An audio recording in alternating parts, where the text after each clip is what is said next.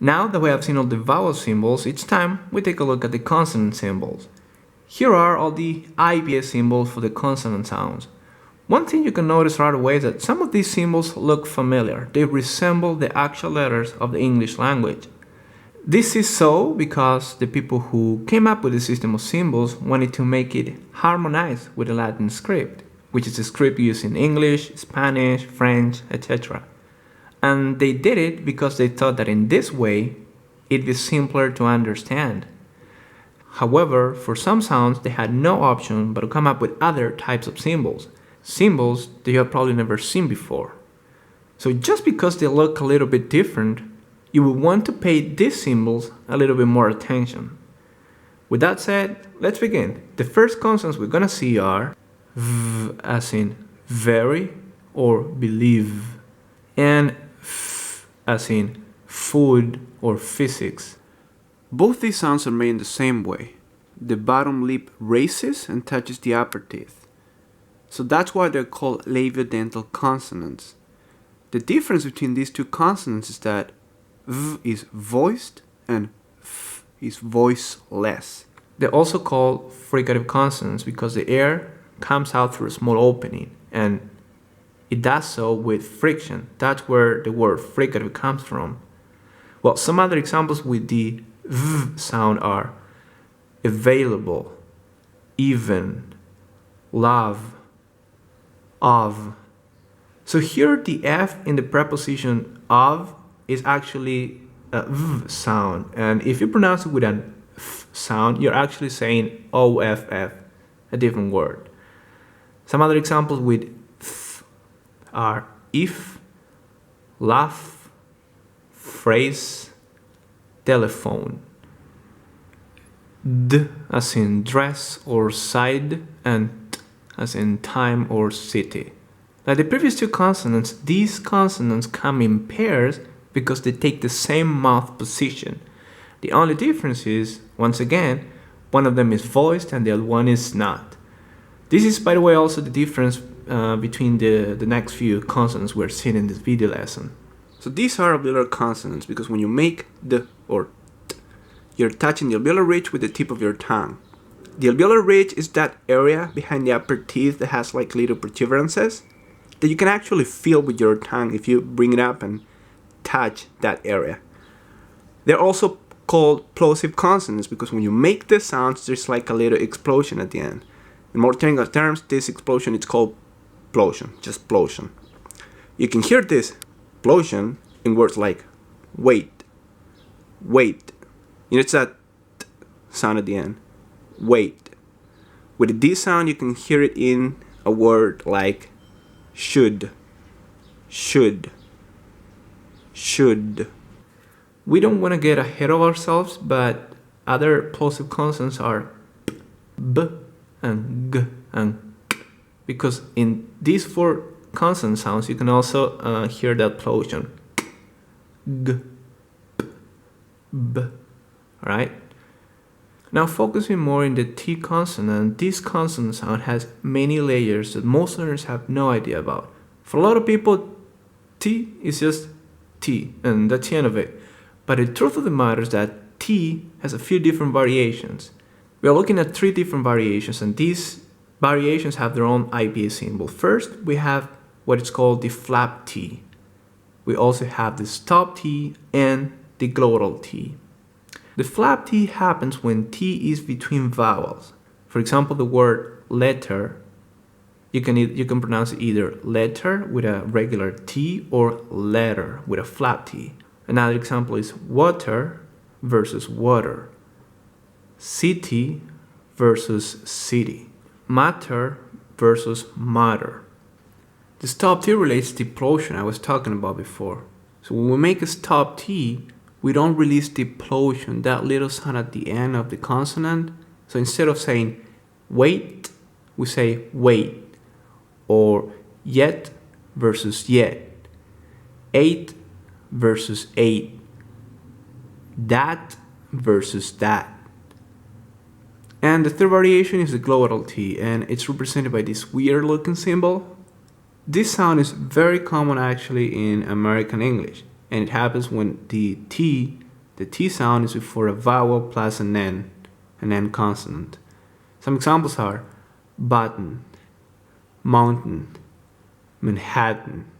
So what happens here, and the reason why this type of T is called glottal T, is because it's made with a closed glottis.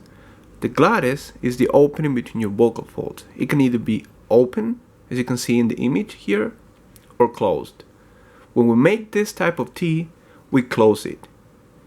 You can actually feel the glottal closure in words like Certain, cotton, eaten, written, forgotten, fasten, Newton. The next pair is B as in ball or blue, and P as in people or stop. These are bilabial consonants. The upper and lower lips are pressed together, the air is compressed inside your mouth, and then you release it. If that air release goes out with vibration, it's a B sound. If it goes out with no vibration, it's a P sound. They're also plosive consonants because, as I just explained, you can hear a plosion at the end of, for example, help, hope, shape.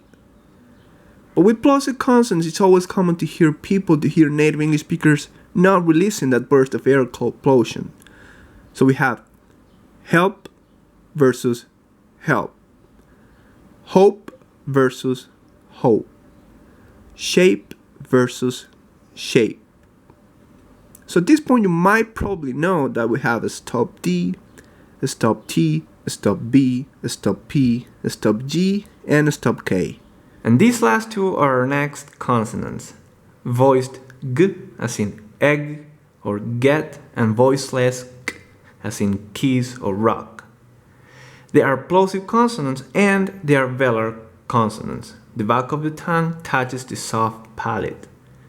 The G consonant is also made with the letter X, because if you pay close attention to a word like example, you'll notice that the X letter is made out of G and Z. Example. Other words where the letter X is pronounced like G are exam, exhibit, exist. On the other hand, the K sound also occurs with the X letter. The words exit, six, text are actually pronounced with the sounds K and S combined. Six, text. One last thing about the K symbol is that this is where I had to make an effort not to get confused by the spelling of English. You see that, for example, in the word cat, there is a C in its spelling, so you might be tempted to think that the IPA transcription of this word looks like this. Wrong. When the letter C is a K sound, as in come, secret, music, occur.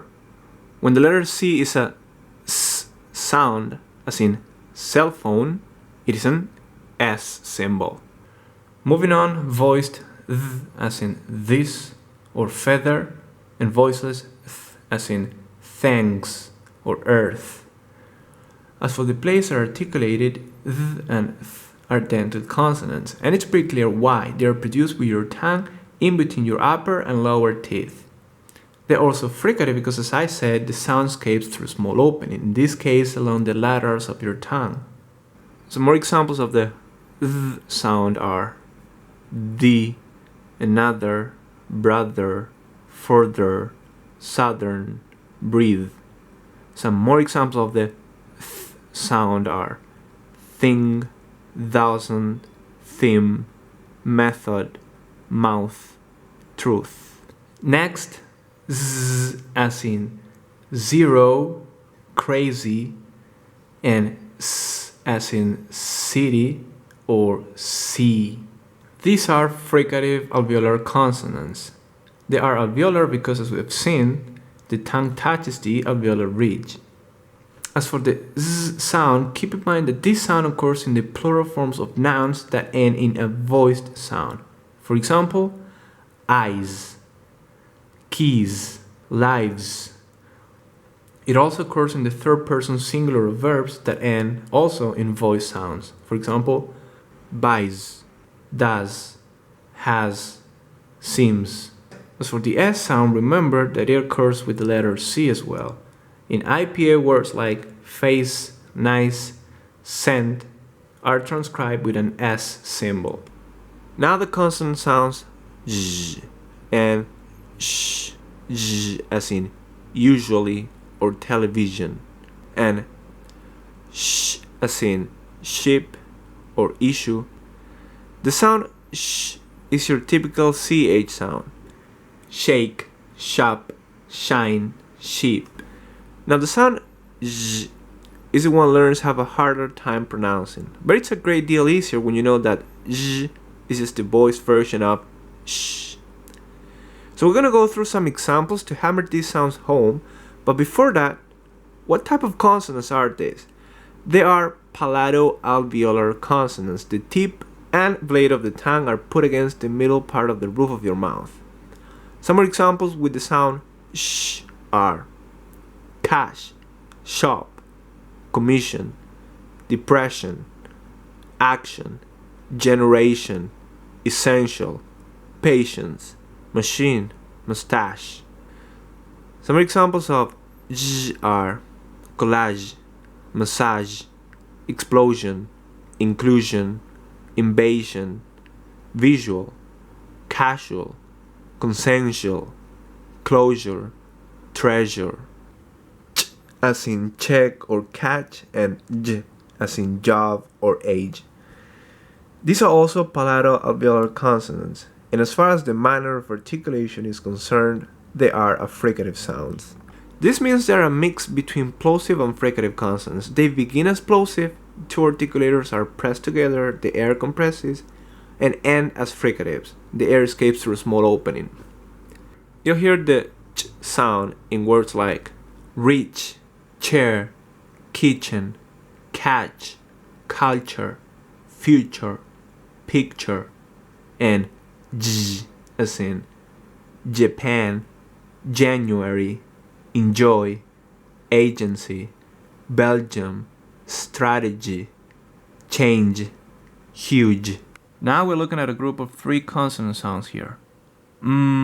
As in move, as in now, another easy one, and as in hang.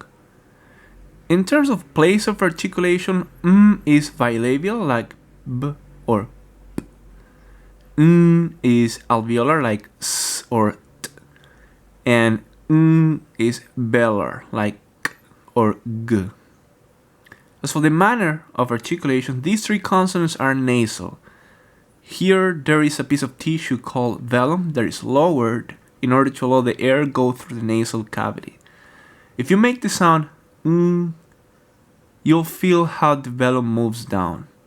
This sound happens mostly when you see an ng in spelling, as in thing, angle, language, longer.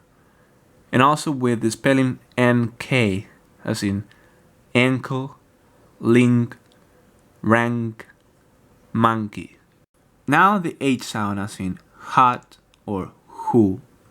This is a glottal sound, and glottal comes from glottis. And as I mentioned before, the glottis is the space between your vocal folds. So the H sound is produced really back in your throat. Some examples are happen, ahead, behind, whole. Next is one of the most important sounds in English that learners struggle the most with. As in ride, drink. To make this sound correct, it's important you don't make it too strong. You have to tune your tongue to the frequency of the English R. When the sound it's at initial position, it's soft. Right, really, rule.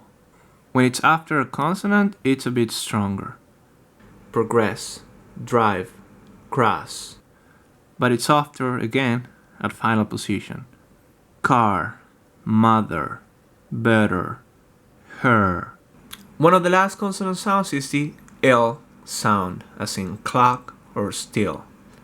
This is an alveolar sound, like t, d, s, z, and n. and it's a lateral sound, the only lateral sound out of all the consonants we've seen in this video lesson so far. It classifies a lateral sound because when you make this sound, your tongue raises towards the alveolar ridge in the roof of your mouth, and the airflow goes out through the laterals of the tongue. Now, we saw in the beginning of this video that the T consonant had variations, or as they're more technically called, allophones. Well, the L consonant also has a variation or allophone that is very important in speech, the dark L. It's actually very easy to determine which of the two types of L sounds is going to be used in a word.